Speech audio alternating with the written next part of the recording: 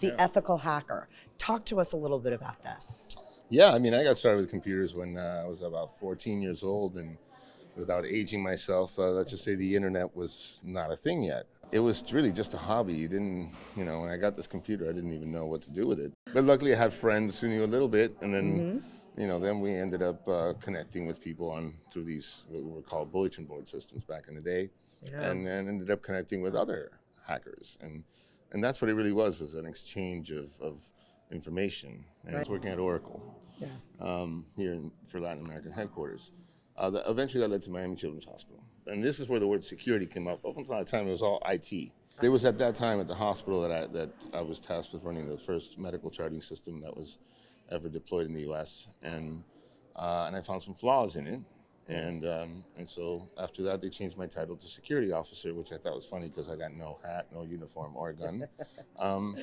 And that was before the firewall. So really the internet to define that job, that position, what you were doing. Yeah, there was no such thing as cybersecurity. That didn't exist. And so that's how it happened. All of a sudden, I'm the security officer, and the internet goes boom.